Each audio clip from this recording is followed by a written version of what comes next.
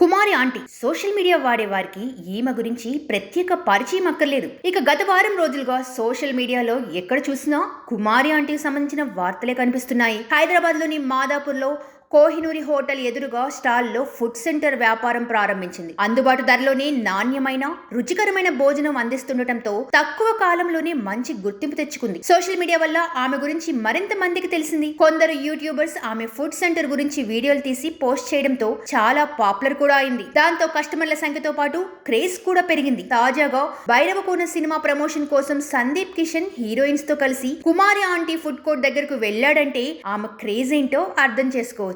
ఇక ఈ మధ్య కాలంలో కుమారి ఆంటీ ఆదాయం గురించి బోలెడు వార్తలు వైరల్ అయ్యాయి. ఆమె నెలకు 18 లక్షల రూపాయలు సంపాదిస్తుంది అంటూ వార్తలు వచ్చాయి. గత వారం రోజులుగా సోషల్ మీడియాలో కుమారి ఆంటీకి సంబంధించిన వార్తలు తెగ వైరల్ అయ్యాయి. ఇదిలా ఉండగా తాజాగా ఆమెకు హైదరాబాద్ పోలీసులు షాక్ ఇచ్చారు. కుమారి ఆంటీ ఫుడ్ స్టాల్ వద్దకు సాధారణ జనాలు మాత్రమే యూట్యూబర్లు, బ్లాగర్స్ ఎగబట్టడంతో ఆ ప్రాంతంలో విపరీతమైన రద్దీ ఏర్పడింది. ట్రాఫిక్ కు అంతరాయం ఏర్పడుతుండటంతో పోలీసులు ఎంట్రీ ఇచ్చారు. కుమారి ఆంటీపై కేసు నమోదు చేసి ఆమె నిర్వహిస్తున్న ఫుడ్ వ్యాన్ ను పోలీస్ స్టేషన్ కు తీసుకెళ్లిపోయారు. దీంతో ఆమె వ్యాపారానికి బ్రేక్ పడింది.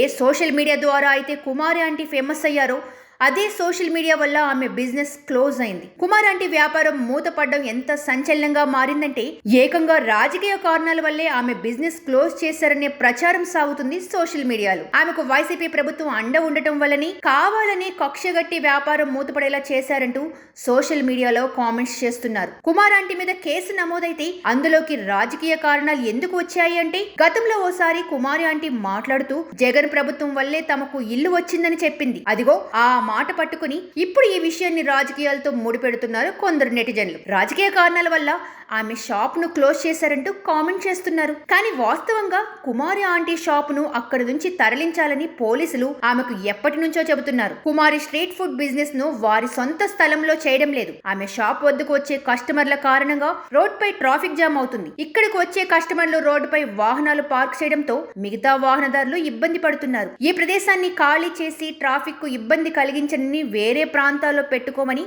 ఆమెకు చాలా రోజుల నుంచి చెప్తున్నామన్నారు పోలీసులు. అయితే కుమారి ఆంటీ మాత్రం ట్రాఫిక్ పోలీసులు మిగతా అందరి వ్యాపారాలకు అనుమతిచ్చి తన ఒక్కదాని బండిని మాత్రమే మూసేశారని ఆరోపిస్తుంది. తన ఒక్కరి పట్లే ఎందుకిలా అని ప్రశ్నిస్తున్నారు. కస్టమర్లకు పార్కింగ్ సౌకర్యం చూపించాలని పోలీసులు చెప్తున్నారు. కానీ నాకంత స్తోమత లేదు, నాది ఉపాధి ఇదే, దయచేసి నా కడుపు మీద కొట్టకండి అని ప్రాధేయపడుతుంది. మొత్తానికి ట్రాఫిక్ సమస్య వల్ల ఆమె షాప్ క్లోజ్ చేస్తే దాన్ని కాస్త రాజకీయాలకు ముడిపెట్టి సోషల్ మీడియాలో మాటల యుద్ధం చేసుకుంటున్నారు కొందరు నెటిజన్లు. ఇక కుమారి ఆంటీ షాప్ క్లోజ్ చేసిన విషయం తెలిసి హీరో సందీప్ కిషన్ స్పందించాడు. ఆమెకు తన వంతు సాయం చేస్తానని ప్రకటించిన సంగతి అందరికీ తెలిసిందే.